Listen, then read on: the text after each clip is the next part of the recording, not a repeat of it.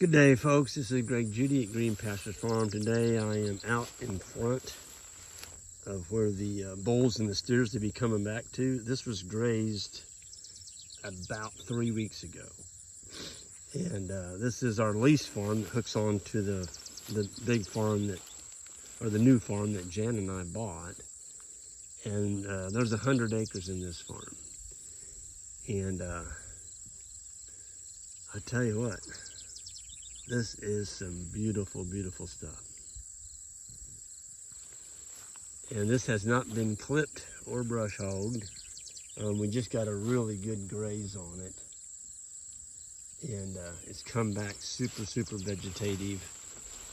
Doesn't hurt that, July was a good month for us in precip. We did get some good rains when we needed it.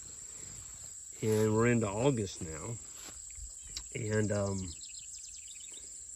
yeah, folks, this is 2 to 3 pound gain. 2 to 3 pounds a day gain right here. And the cattle, when they were in here last, they stomped a lot of it on the ground. And if you dig down in here, you can still see. There it is. It's almost gone. The worms have eaten it. I mean, July went down as one of the wettest Julys I ever saw. Damn, look at that. You don't see, in Missouri, you don't see worms, earthworms in July. It's just too hot and the ground's too dry. But we were actually able to pull back the forage after some of those rains, and there was worms working out here. Somebody had a great comment the other day. He said, Greg, well, he was actually from England. He called it across the pond. And he said lime's just too darn expensive. And he's got acidic soil. The soil is very acid based. And he said, I can't afford to put lime down. And what's the answer? And I'm like, well, you got to feed the soil carbon. What do I mean by that? Well, you got to trample it. And if you gotta let your grass get tall enough. You can bring the animals in, and when you trample this stuff on the ground, it's like fertilizer. And the earthworms come along and eat all this organic matter. And earthworms have the unique ability, as they travel through the soil profile, they pick up and accumulate lime, and they mix this little bit of lime in with the earthworm castings, which gives you a pH of 7. Earthworm castings have a pH of 7, and so when you get your density right and move the animals where you can trample this stuff on the ground and consume about, I like about 30% consumed, 30% trampled, and 30% left standing. I am not focused on, what do they call that? Oh, total. There's people doing, the total grazing, and, if they want to do that, that's fine. If they can get along with it, more power to them, but we're not in that boat. I live in Missouri. This is a clay base. I've lived here all my life. I'm 65 years old. I've been in the cattle business for, well, since I was 8 years old. But I have learned quite a bit. In Missouri, if you take it all, you don't get a rain, because we can't irrigate. You're done. And I get it. They take half of the farm and graze it and then leave the other half resting. That's what they do for the whole year. They don't graze the other half for that year, and then the next year they graze the other half. Well, brings me back painful memories. I tried that many, many years ago before there was ever a term called total grazing, and it was an absolute wreck here, because the longer period that I left the grass get mature, I didn't graze it. And we brought the animals in much later. The forage resembled wood. There was no nutrition in it, none. And the cattle lost tremendous condition. They lost a lot of weight. And that fall, I came up with about 35% open cows. They didn't breed. That was the most painful, expensive lesson in my cattle career. Because I was all in it, man. I mean, beating it up, taking every bit of it. I mean, you could count the manure piles on my pasture when I was done. You know, stocking them at 800,000 pounds and moving them. And they did. They ate everything. They ate the weeds. They ate everything. But their condition suffered because they weren't getting enough nutrition. So I'm all about teaching, and you know, I learn from my mistakes, and I want you all, hopefully, not to make some of the same could be career-ending mistakes that I made. I was just fortunate. I was not in debt. Everything was paid for. And if it hadn't been for that, I probably would have lost my farm. I'd have definitely lost the cow herd.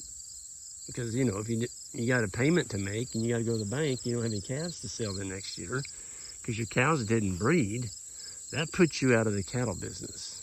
So, yeah, here it is, folks. This is cattle feed. It hasn't been setting for a year. It's been setting for 30 weeks, and we're not going to be here for another close to 3 weeks. So 6 weeks. 6 weeks. And it's August. It's hot. It's going to get 95 today. It was 93 yesterday. It's Missouri in August. I'm sorry, but it gets this way every year. It has nothing to do with global warming. We just get hot every year. And it's just the way it is. It gets hot. And you don't like it, you shouldn't be in the cattle business or the livestock business. You need to get a job in town in an air conditioning office because it gets warm out here in the country, in mid-Missouri, in July and August. So this is unbelievable. No fertilizer, no clipping, nothing. Just grazed. And I'm telling you what, there's 100 acres of it here. And I've got another 140 across the fence that the bulls and steers are on right now. It's got all the big blue stem in it. And you know, I'm going to be anxious to see what this farm does with our grazing management. Now, this is the second year, and we're going to see, but maybe in a couple of years, we'll start seeing big blue stem appear on this farm. Maybe. We'll see. I bet you we do. The longer recovery we can leave it, far as, you know, 45, 60, 70 days in summer without hitting it every 30 days. I'm not a big prescriber of every 30 days, especially in July and August. You'll run out of grass. But the key is to move them. Watch the gut feel on your animals, folks. Look at the hair coats. I saw a guy who was doing this. I'm not even going to say who it was. It doesn't matter. But he was doing the total grazing. I said, look at them cows. And I think he was stocked at 850,000 pounds per acre. 850,000 pounds of beef per acre. Folks, those cows were thin. You could count the ribs. You could count the vertebrae on them. And the hair coats were rough. Very rough on these cattle. They were not getting enough energy to even get rid of their hair coats, let alone breed. And I'd hate to see what his breed back's going to be when he does preg check this fall, if he does. I'm afraid he's going to have a big surprise coming. So remember, animal performance, animal performance, animal performance. You've got to have it or you will go broke. You will go broke. There's no such thing as putting animals on an area, making them take it to the dirt and they don't get enough nutrition. That's right, I said it. I'm not politically correct. I'm gonna just call it like I see it, folks. I don't want y'all to get hurt. I've already had several people email me and they've went hurt. They lost their farm. Yep. Just getting started, in debt, and they did this stupid thing and they went broke. Cows didn't breed. They're living, breathing animals, folks. They've got to have good nutrition. They've got to have enough energy, or they're not going to cycle. If they don't cycle and come into heat, they cannot get bred. I did it. I did it myself. Please, don't do that. Go out there and look at your cows. Make sure they're full. They're happy. They shouldn't be bawling. You move them into a herd, move them into a new pasture. They should go to grazing. They shouldn't be all anxious, running around, bawling, manure all over them. Good clean hair coats, shiny. That's all sign of good animal nutrition. And your cows are gonna breed, your calves are gonna be fat, you're gonna have a nice calf to wean whenever you do that, in the fall or late winter, whatever.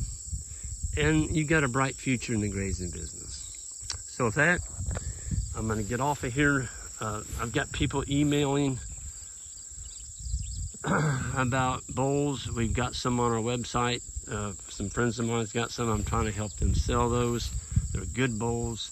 Check it out, greenpasturesfarm.net. If you need a bowl for this fall, if you're a fall calver, be turning bulls in November. Right now is the time to put them in your herd, or to get them. Don't put them in your herd. Right now is the time to bring them to your farm. Let them get adjusted to your farm, and then put them to work into November, Thanksgiving. That's going to give you September calving. There's a lot of people doing fall calving, and they get along quite well with it. So anyway, y'all have a good one, and we'll see you next time.